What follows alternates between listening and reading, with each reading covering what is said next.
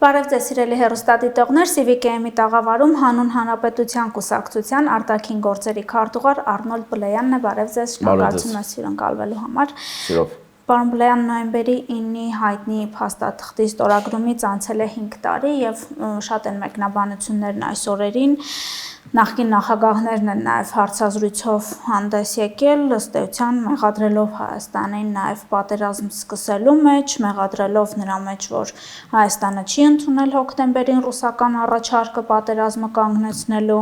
մեղադրելով, որ Հայաստանի ջանքերի արդյունքում ռուս խաղաղապահները լքեցին Ղարաբաղը։ Կուզեի ձեր դիտարկումները լսել այս մեղադրանքների շուրջ։ Դե իրենք մեղադրում են մեզ այն ամեն ինչի մեջ մեզ Ռուսաստանն է մեղադրում այս տարիներ շարունակ, այսինքն իրենք կրկնում են այն, ինչ ռուսական նարատիվն է փորձում տարածվել արդեն քանի տարի շարունակ։ Ես կարծում եմ քննարկել նոյեմբերի 9-ը, դա նույնն է, ինչ մտածել, թե արդյոք 2 անգամ 2-4 է։ Իրենք փորձում են ներկայացնել, որ 2 անգամ 2-3 է եւ մեղավորը մենք ենք, որ 2 անգամ 2-3 է։ Զավեշտալի բաներից ենք մենք խոսում։ Այսինքն փորձում են զուգահեռներ անցկացնել նոյեմբերի 9-ի եւ օգոստոսի 8-ի միջև, այնինչ իրենք տարբեր բաներ են, ես կարող եմ առանձին ատրիբուտներ համեմատել նոյեմբերի 9-ի եւ օգոստոսի 8-ի, հա, դիցուկ օրինակ նոյեմբերի 9-ի 9-րդ կետը համեմատել օգոստոսի 8-ի արդեն հենց ուղու հետ կապված, որտեղ այնտեղ կա հուշագիր, հռչակագիր, կա երկկողմ, կա երկկողմ Միացյալ Նահանգների վկայությամբ, այսինքն դրանք լրիվ տարբեր են, հետո օգոստոսի 8-ը ավելի շատ Հայաստանի եւ Ադրբեջանի մասին է, իսկ նոյեմբերի 9-ը գրեթե ամբողջությամբ Լեռնային Ղարաբաղի մասին էր, միայն 9-րդ կետն էր, որ վերաբերում էր Հայաստանի Հանրապետությանը, թարապես մենք պետք է իմանանք, բոլորին վերջերս բանավեճի էի մասնակցում, նոյեմբերի 9-ը թե օգոստոսի 8-ը եւ մարդիկ ես ասացի, որ իրականում նոյեմբերի 9-ը թարպես Ղարաբաղյան պատերազմը եղել է նրա համար, որպեսզի ի վերջո կազմաքանդվի Հայաստանի Հանրապետությունը, որտեղ Հայաստանի Հանրապետության կազմաքանդումը պետք է լիներ այն առաջի դափնին, որ Վլադիմիր Պուտինը պետք է շնորհեր իր համակարգացիներին որպես սկիզբ նոր խորհրդային միության կազմավորման։ Եվ այո, Լեռնային Ղարաբաղում տեղի ունեցած պատերազմը եւ դրան հաջորդող արդեն իրենց պատկերացված Հայաստանի Հանրապետության բելառուսացումը պետք է լիներ արդեն դիտվում էր որպես պլացդարմ Ուկրաինայում տեղ ունեցող իրադարձությունների։ Դա էր պատճառը, որ հենց Ուկրաինան ներխուժելուց առաջ Ռուսաստանն ու Ադրբեջանի հետ կնքում էր արդեն ռազմավարական դաշնակցային հարաբերություններ, որպեսզի իմանար, որ իր թիկունքը հանգիստ է, վստահ է, որպեսզի Թուրքիայի աջակցություն ունենա, բայց հետագայում այնքան խրվեց Ուկրաինայում եւ սկսեց արդեն չնայած դեռ միջև խրվելը ինքը սկսեց արդեն փարուխ առ փարուխ հանձնել Ղարաբաղի մնացյալ շրջանները Ադրբեջանին եւ այստեղ նստել, փորձել քննարկել կամ երկրորդ նախագահները փորձում են արդարացնել, թե ինչ տեղ ունեցավ, ընդ որում մեղադրել մեզ, որ այ մենք չտվեցինք նոյեմբերի 9-ի 9-րդ կետի միջանցքը կամ թեկուս ճանապարհը, դա էր պատճառը, որ տեղ ունեցավ Լաչինի շրջափակում։ Գիտեք, Լաչինը շրջափակել էր Ադրբեջանը։ Իսկ ինչ կապ ունի ռուս խաղաղապահները այստեղ։ Ռուս խաղաղապահները կարող են ապա շրջափակել այդ շրջանը։ Իրենք կարող են կամ Խծանբերդի երբ հայտնի դեպքերը տեղի ունեցան, մենք 18 գերի այո կորցրեցինք այդ ժամանակ, հանձնեցինք։ Այդ ժամանակ չկար դեռ ոչ մի դեռ նոր պայմանավորությունը ձեռք էր բերվում, կարծեմ նոյեմբերի 10-11-ին էր դա տեղի ունեցել, այսինքն պարզ չէր, որ իրենք մեր գերիներին, մեր զինվորներին, արցախահայերին, թալապես այդ մնացյալ Ղարաբաղի շրջանը իրենք օգտագործելու են հանուն հերթական գործարքի Թուրքիայի, այս անգամ Ադրբեջանի հետ։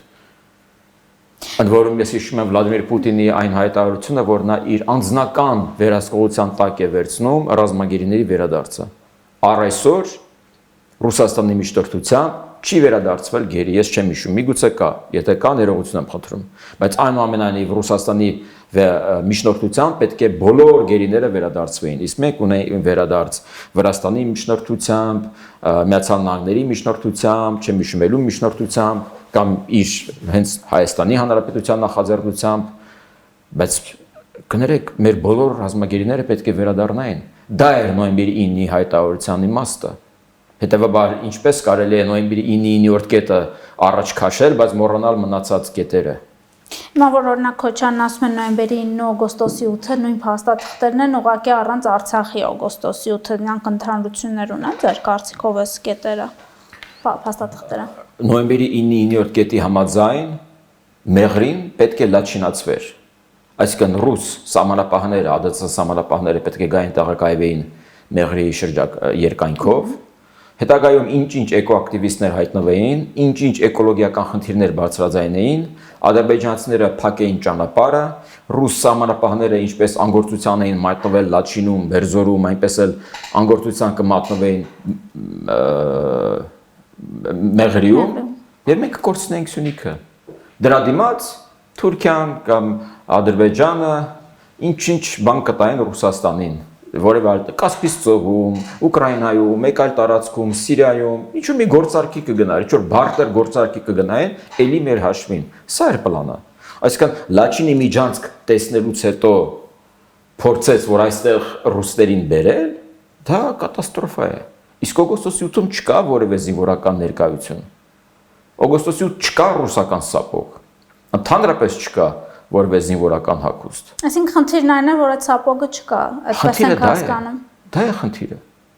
Օրինակ նոյեմբերի 9-ից հետո ասում էին, որ կապիտուլյացիայի ենք ենթարկվել։ Հիմա օգոստոսի 8-ից հետո ոնց է ստացվում։ Հիմա օրինակ Վիտալի Բալասանյանն ասում է մի օր վերադառնալու ենք նոյեմբերի 9-ի փաստաթղթին, բայց միջև այդ օրինակ տարիներ շարունակ ասում են կապիտուլյացիայի ենք ենթարկվել, այդպես լինում է։ Գիտեք, միջև ձեր հարցազրույցը ես ընթերցում էի Վանո Սիրադեղյանի նամակը Վազգեն Սարգսյանին 98 թվականին գրված։ Այն ժամանակվանից արդեն իրենք ասում են, որ այս Ռոբերտ Քոչարյանն ու Դաշնակցություն եւ մնացածները Վազգեն Մանուկյանը այնքան են ատում հայերին, որ դժվար է պատկերացնել կամ իրենք հայ չեն, մենք հայ ենք, կամ իրենք հայ են, մենք հայ չենք, սա Վանո Սիրադեղյանի խոսքերն են։ Այդ բան չի փոխվել այդ մարդկանց մոտ։ Այդ մարդիկ ատում են Հայաստանի Հանրապետությունը։ Իրենք չունեն հայրենիք։ Հայաստանն իրենց հայրենիքը չէ։ Իրենք հլու հնազանդ կատարում են Ռուսաստանի Դաշնության պահանջները։ Թե Ռոբերտ Քոչարյանը, թե Սերժ Սարգսյանը, թե այժմ Սամվել Կարապետյանը միահամուռ կերպով հերթով հարցազրույցներ են տալիս, հերթով մեկը Միացյալ Նահանգներից, երկուսը այստեղից հաթաթաներ են թափում Հայաստանի Հանրապետության գլխին, եւ ես ասում եմ Հայաստանի Հանրապետություն դա չի նշանակում միայն իշխանություն։ Դա նշանակում է բոլոր սովորական քաղաքացիները, այդ 4000 զինվորների հիշատակը պղտորող այդ անձիկ։ Դե սա իշխանություն չի, օրինակ, եթե երկրի նախագահները հայտարարում են, որ Հայաստանն ամեն ինչ արեց, որ օրինակ պատերազմ սկսվի, Միգուցե Այլատյաններում սա օգտագործվի Հայաստանի Հանրապետության դեմ, ոչ թե իշխանության, օրինակ այդ գիտակցումը կա, թե սա միտումնավոր է արվում։ Ցանկացած որքան վատ Հայաստանի համար, այնքան լավ իրենց համար։ Սա է իրենց կրեդոն, սա է իրենց լոզունգը։ Իրենք շատ ազնիվ կլիներ, որ 2026 թվականի ընտրություններին պաստառների վրա փակսեն եւ փայլեն փողոցում, որ սա է իրենց կրեդոն ընտրությունների։ Որքան վատ Հայաստանի համար, այնքան լավ իրենց համար։ Դա է եղել իրենց համար։ Միշտ իրենք այսօր իրագործում են այն, ինչ չի ստացվել։ Եվ իրենք փորձում են ջրի երեսին մնալ։ Ռոբերտ Քոչարյան, Սերժ Սարգսյան, Սամվել Կարապետյան։ Ընդ որում հետաքրքիր է, որ որքան Սամվել Կարապետյանի թիմը փորձում է առանձնանալ, դիստանցավորվել Ռոբերտ Քոչարյանից, Սերժ Սարգսյանից, Քոչարյանն ու Սարգսյանը իրենց հարցազրույցներում օճառները ձեռքներին փորձում են սիրաշահել Սամվել Կարապետյանին, հասկանալով, որ Սամվել Կարապետյանը ավելի ուժեղ է այս պայմանությամբ, քան իրենք։ Եվ իդեպ ես կարծում եմ, որ թարապես Սամվել Կարապետյանը մեծ սպառնալիք է Հայաստանի Հանրապետության գլխին։ Այն հանգամանքը, որ իրենք $1,200,000 են վճարում, որպեսզի գնան այդ պրոպուտինիստակ, այդ պուտինիստին հարցազրույց տալ եւ ԵՂՌ-ը դրսևորել կամ նկարագրել որպես հակաքրիստոնեական ինչ-որ մի արշավ։ Եվ օրինակ խոսել դաշնակիցներից, որ դաշնակիցները մեզ մենակ են թողել, մոռանալով, որ մենք միակ դաշնակիցը Ռուսաստանի Դաշնությունն էր, բայց իրենք նկարագրում են, որ Հունաստանն ու Կիպրոսն էին մեր դաշնակիցները, իրենք մեզ մենակ թողեցին։ Այսինքն իրենք ինչ են պատկերացնում, Հունաստանն ու Կիպրոսը պետք է գային հողի վրա մեզ պաշտպանեին, որ փաստաթղթի համաձայն։ Ուր այդ փաստաթղթը մի հատ կարող եմ ես դա ընթերցել։ Կամ ռուս խաղապահները չէին կանգնած Ղարաբաղում։ Փաստորեն այսքան բանից հետո, որ օրինակ Ռուսաստանի ջանքերով տեղի ունեցավ, Ղարաբաղը հայաթափվեց, իրենք չկատարեցին դաշնակցային պարտավորությունները, միևնույնն է, այս մարդկանց հոգեբանությունը չի փոխվում։ Օրինակ, ավելի տրամաբանական կլիներ, որ գուցե իրենք էլ դիրքավորվեին այլ դաշտում, նշեին օրինակ Ռուսաստանի սխալները, բայց չէ, շարունակում են պնդել, որ օրինակ Ռուսաստանը կարող էր պատերազմ կանգնեցնել, որ մենք ամեն ինչ արեցինք, որ փչացնենք հայ-ռուսական հարաբերությունները։ Սերժ Սարգսյանն ընդհանուր իր հարցազրույցում օրինակ պնդում էր անընդհատ, որ նույնիսկ հեղափոխությունն է արևմուտքի ջանքերով տեղի ունեցել, իսկ Ռուսաստանը չէր ուզում, որ այստեղ հակառուսական տրամադրություններ գեներացվեին։ Ես չգիտեմ ինչ ասել, Ռուսաստանն էլ ինչ պետք է անի, որ ցուցադրի իր հակա-հայաստանյան կեցվածքը։ Լավ, էլ ինչ անի։ Պաշտպանության նախարարը բարձ բուն իմաստով ասում է թուրքերի հետ փայլուն օպերացիա իրագործեցինք Ղարաբաղում։ Ինչ են ուզում Ռոբերտ Քոչանն ու Սերժ Սարգսյանը դրանից ավել։ Կամ Բայրամովը, որ ասում է օրինակ խաղապահները տեղյակ էին, մենք ինչ գործողություններ ենք անելու Արցախում։ Բայրամովը ճիշտ եք ասում։ Ինձ նոր ասած նա տեղյակ է Ռուսաստանը։ Կամ այն հանգամանքը, որ Անդրանիկ Քոչյանը բոլոր վերջերս հայտարարեց, որ հետախուզական տվյալները, որ մենք ստանում ենք Ռուսաստանից, մեզ հուշում են, որ եթե նույնիսկ պատերազմ լինի, ապա լինելու է շատ լոկալ ինչ-որ բախում։ 2016 թվականի քարոզիա պատերազմից էլ ցածր իր ուժգնությամբ։ Եվ ինչ են ուզում Ռոբերտ Քոչյանն ու Սերժ Սարգսյանը։ Այսօր իրենք մենակ մի բան են փորձում անել։ Հայաստանը Ղարաբաղացնել։ Իրենց նպատակը դա է։ Դրա համար են իրենք վարձատրվում։ Այդպիսի հրաման են իրենք ստացրել։ Եվ Սամվել Կարապետյանը հենց դրա համար էր գործուղվել այստեղ, որովհետև Ռոբերտ Քոչյանն ու Սերժ Սարգսյանը իրենց գործառույթը լավ չէին իրականացնում։ Որովհետև իրենք հույսը դրել էին Ռոբերտ Քոչյանի վրա մասնավորապես, իսկ Հայաստանի Հանրապետությունում Եվրաքվեի օրինագիծ է մշակվում։ Մենք ռազմավարական գործընկերություն ենք կնքում Նիդերլանդների հետ, Միացյալ Նահանգների հետ, Վրաստանի հետ, բայց Հայաստանը չպետք է ընդհանրապես կոմունիկացվի բոլորի հետ։ Մենք 91 թվականից ի վեր, լավ 99 թվականից ի վեր, հա, երբ տեղի ունեցավ իշխանության զավթումը, մայիսից 2000 թվականի, լավ։ Բոլոր մեր հարաբերությունները արտաքին երկրների հետ պայմանավորել ենք այնքանով, որքանով Ռուսաստանը դա թույլատրել է։ Եվ մեր անմիջական հարևանների հետ, Վրաստանի եւ Իրանի հետ ունենք այնքանով, որքանով Ռուսաստանը թույլատրում էր։ Ոչ մի ռազմավարական համագործակցության պայմանագիր չունենք ոչ Իրանի, ոչ Վրաստանի հետ։ Մի բան անելուց էլ մտածում ենք Ռուսաստանը ինչ կմտածի, ոնց կարձագանքի։ Էդ էր։ Զրո հարաբերություններ Իսրայելի հետ։ Իսրայելը մեզ զենքեր առաջարկում, մենք ասում ենք, չէ։ Ռուսական զենքն ավելի լավն է։ Եվ Ֆրանսիա նույն իրենց ասած Հունաստանի եւ Կիպրոսի հետ ում հետ էին մենք դաշնակիցներ։ Ոչ ոքի։ Միակ փաստաթուղթը դաշնակցային, որ մենք ունեինք, դա Ռուսաստանի Դաշնության հետ 97 թվականին կնքված պայմանագիրն է։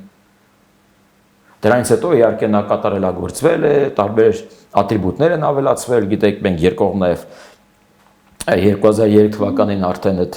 Գյումրի ռազմաբազայի գործառույթները ավելացրեցինք, նաև իր տարեթիվը 40 տարով երկարացրեցինք եւ հիմնական նպատակը հայ-ադրբեջանական սահմանը նաև Գյումրու պաշտպանության ներքո այդ իրավաբազային պայմանագրի մեջ մտցնելն էր։ Ուր է պայմանագիրը։ Ու մենք նեղանում ենք Ռուսաստանից, բայց Ռուսաստանը Ուկրաինայի հետ ամոթանգային երաշխիք էր կնքել։ Ռուսաստանը 97 թվականին ճանաչել է Ուկրաինան իր ամբողջ տարածքով ներառել Ղրիմը։ 2003-4 թվականին ուրեմն ռուսական դուման եւ ուկրաինական ռադան նաեւ այդ դելիմիտացիա եւ դեմարկացիայի սահմանն են իրենք ճշտել։ Սա է ամբողջ երաշխիքը Ռուսաստանի Դաշնության։ Ինչ չեն ուզում ասել Քոչարյանն ու Սերժ Սարգսյանը։ Մենք պատերազմ կանգնեցնելու պլան ունեինք, եկանք հանդիպենք Արայք Հարությունյանի հետ, ինքը չուզեց։ Մենք կարող ենք Լավրովի հետ հանդիպել, Նիկոլ Փաշինյանը չզանգեց պայմանավորվի մեր համար, Սերժ Սարգսյանն էր իր հարցազրույցում ասում, որ երեք նախկին նախագահները ուզեցել են գնալ Լավրովի հետ, բայց Փաշինյանը չի պայմանավորվել իրենց այդ այցելության համար։ Այսինքն հեշտ է, չէ՞, օրինակ պատերազմից 5 տարի անց խոսել, որ այ մենք լինենք, սենց կլիներ, չենք պարտվի այդ պատերազմը, բայց սա ինչքանով է օրինակ աշխատող ձեր կարծիքովս։ Հերթական հերույրանքներ են։ Թող Սերժ Սարգսյանը պատմի, ոնց էին Դվին հյուրանոցում, երբ Արայք Հարությունյանն ասում էր, որ Ռուբեն Վարդանյանը ձեր մարդն է, Ադրբեջանի հետ խնդիրներ ունենք, ուղղաթիռով ներողությունը Արայք Հարությանը Լեռնային Ղարաբաղը ուղղաթիռով բերել էին Արայք Հարությունյանին եւ Պուտինը ասել էր, որ ես կապ չունեմ Ռուբեն Վարդանյանի հետ։ Ձեռքերը լվացել էր։ Թող այս դրվագները պատմի Սերժ Սարգսյանը։ Ինչի է լռում։ Թե ինչպես է Ռուսաստանի դաշտությունը գծում իր իսկ գործակալներին։ Եվ այս իսկ այլ կերպ անվանել այն բանի հետ ինչ տեղ ունեցավ Ռուբեն Վարդանյանի հետ հնարավոր չէ։ Ռուբեն Վարդանյանը ռուսահայ օլիգարխ, մեծենատ, շատ ավելի բարերար, քան Սամվել Կարապետյանը, այո, անհամեմատելի, ունենալով եւ դիզելով մեծ կարողություն Ռուսաստանում, գործողվեց Արցախ։ Եվ ինչ տեղ ունեցավ, հանձնվեց Բաքվին։ Ինչու Ռուսաստանի դաշտությունը չպաշտպանեց Ռուբեն Վարդանյանին, Բակո Սահակյանին, Արկադի Ղուկասյանին, բայց չէ որ իրենք ամբողջությամբ հավատարիմ են իրենց։ Արցախի արտաքին գործերի նախարարը տպավորություն կա, որ էլ ավելի ռուսեր,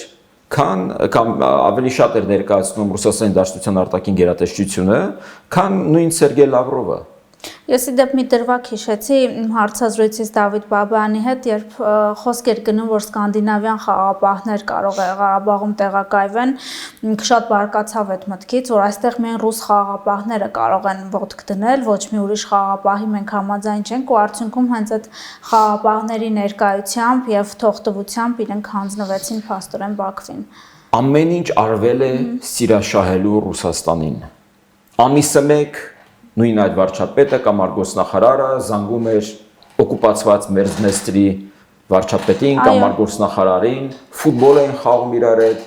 ընկերություն էին անում Հարավային Օսիայի եւ Աբխազիայի ղեկավարների հետ, բայց ոչ մի կապ, օրինակ,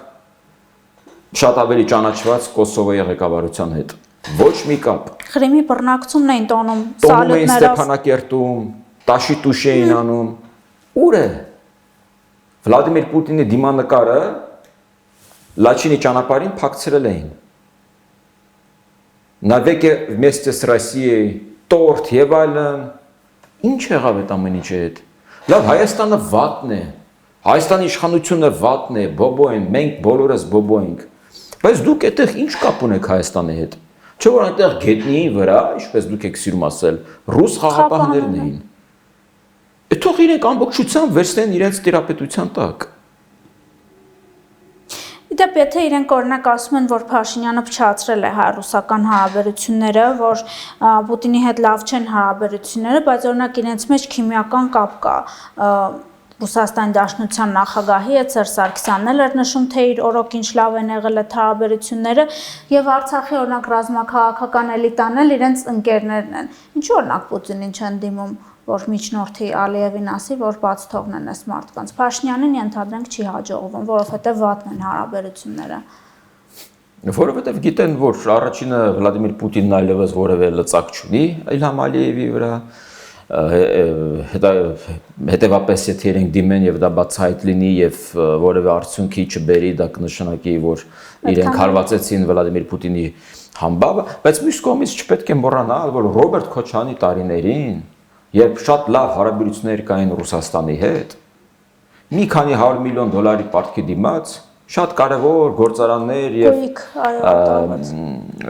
ռազմավարական կարողության նշանակության օբյեկտներ էին հանձնվում Ռուսաստանին եւ նույն ժամանակ նույն Ղրղստանից կամ Կուբայից, Վենեսուելայից, մնացած տեղերից պարտքեր էր, որ ջրում էր,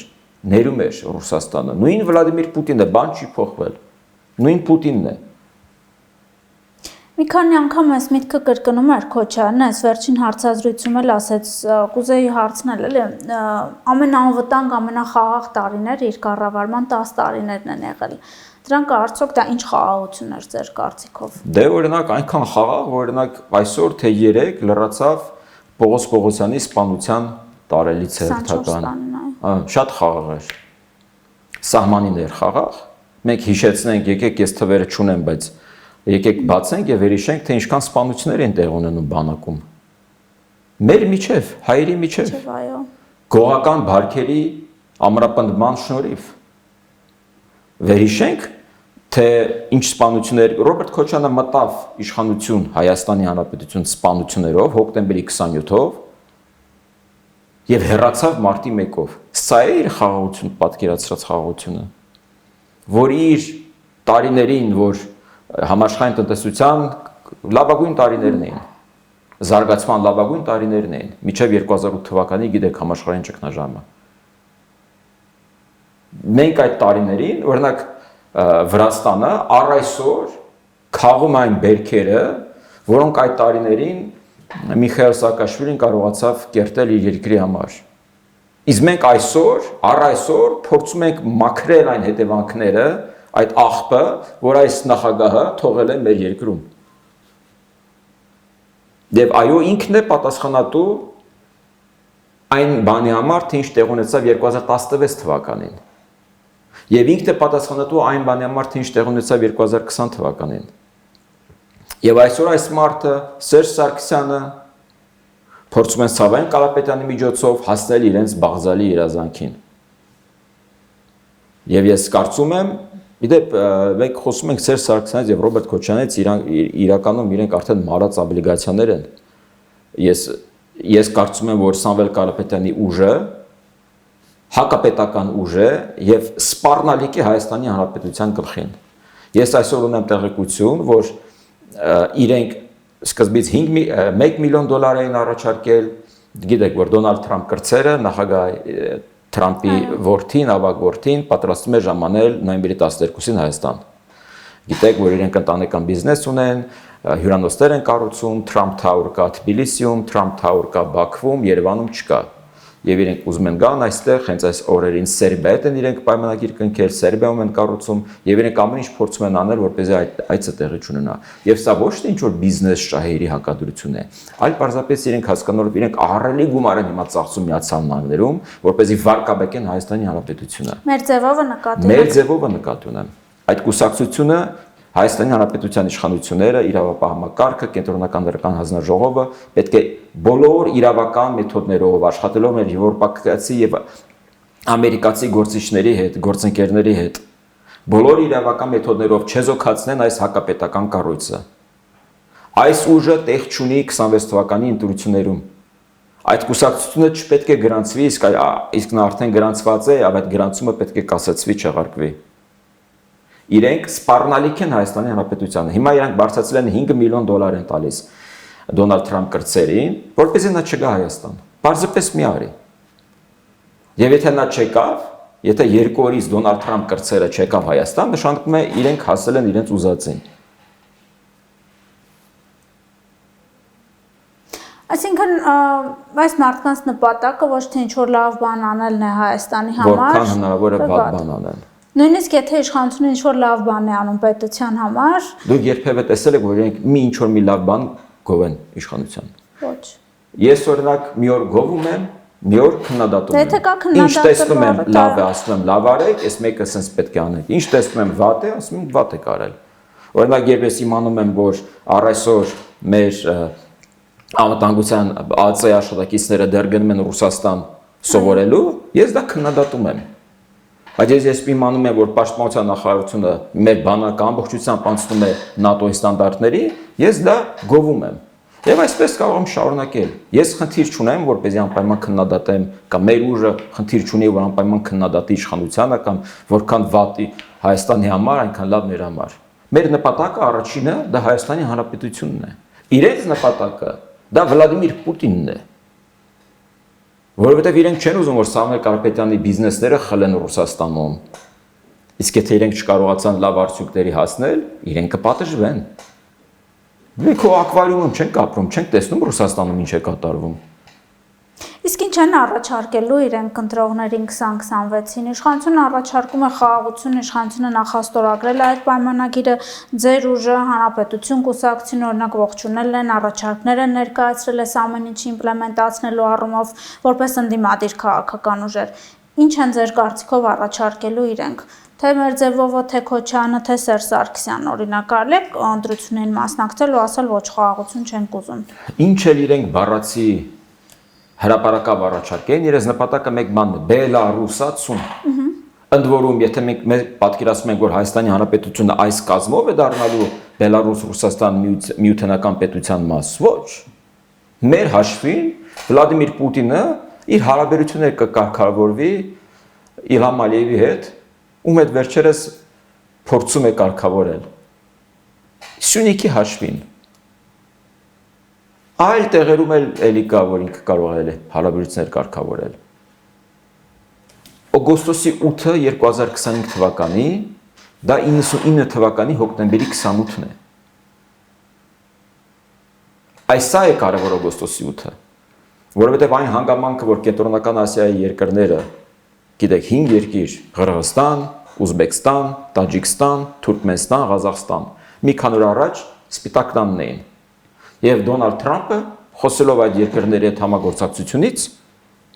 մեջբերում է Թրամփուղին։ Ինչու՞։ Որովհետև այդ ամբողջը պետք է գա անցնի Հայաստանով, մաքսատուր պետք է մենք գանձենք։ Չի լինելու Ռուսաստանի հետ Ռուսաստանից կախվածություն։ Սա իրենց համար սպառնալիք, իրենց գոյության սպառնալիքն է։ Իրենց կոնֆլիկտ է պետք։ Ռոբերտ Քոչյանին, Սերժ Սարգսյանին, Սամվել Կարապետյանին եւ իր մերձևովցիներին կոնֆլիկտ է պետք, որովհետև որտեղ կա կոնֆլիկտ, այնտեղ կա Ռուսաստան, որտեղ կա Ռուսաստան, այնտեղ կա կոռուպցիա, այնտեղ կա մարդու իրավունքների ոտնահարում, այնտեղ կան սպանություններ, քաղաքական հետապնդումներ։ Մենք գիտենք դա։ Այսօր կենտրոնական ասիական երկրները ուրախացել են, որ Հայաստանն ու Ադրբեջանը կարողացել են կան համաձայնության նախաստորագրել 25 թվականի օգոստոսի 8-ին, որը իրենց նաև հնարավորություն է տալիս նույնպես թոթափել ռուսական կախվածությունը։ Եվ առաջին հերթին դա Ղազախստանն է, ով ամեն անգամ խնդիրների առաջ է բախվում Ռուսաստանի կողմից։ Եվ այժմ նա փորձում է դիվերսիֆիկացնել եւ իր ապրանքաշրջանառությունն իրականացնել արդեն այս երկրի միջոցով։ Եվ գիտեք, հենց այս պահին մենք Ղազախստանի հետ քննարկում ենք հացահատիկի խաբականակի ավելացում։ Դա նշանակում է, որ մեր կախվածությունը ցորենի մասով Ռուսաստանից նվազում է։ Ընտիր առաջանում է մրցակցություն։ Մրցակցության արդյունքում գների իջեցում է տեղ ունենում։ Այսինքն շարքային քաղաքացու համար շատ կարևոր է նաև շարքային քաղաքացու աչքերով նայել, թե ինչ է դա տալու շարքային քաղաքացուն։ Դե իրենք նույնիսկ դա են արժեզրկում, ասում են, այսքան բան կորցրեցինք, ցորենով եք ուրախանում, ես ուղղակի այդ համեմատությունը միայն ցորենը չէ, էներգակիրները, թուրքմենական գազը կարող է անցնել այս տարածքով։ Մեր հիմնական վախը ո՞րն է հիմա Ռուսաստանից։ Գազը կփակի, գազը կթանկացնի, գազը կփակի, գազը կթանկացնի, Լարսը կփակի։ Լարսին արդեն այլընտրանք է առաջանում։ Հայ-թուրքական սահմանի բացումը ել ավելի մեծ հնարավորություններ է ստեղծում։ Մեր կախվածությունը նվազում նաև Վրաստանից, գիտեք, այնտեղ էլ երբեմն խնդիրներ է լինում։ Իրենք չեն կարողանում այդ ամեն ինչը պատկերացնել։ Իրենց համար կա միայն մեկ հերոս, դա Ռուսաստանի Դաշնությունն է։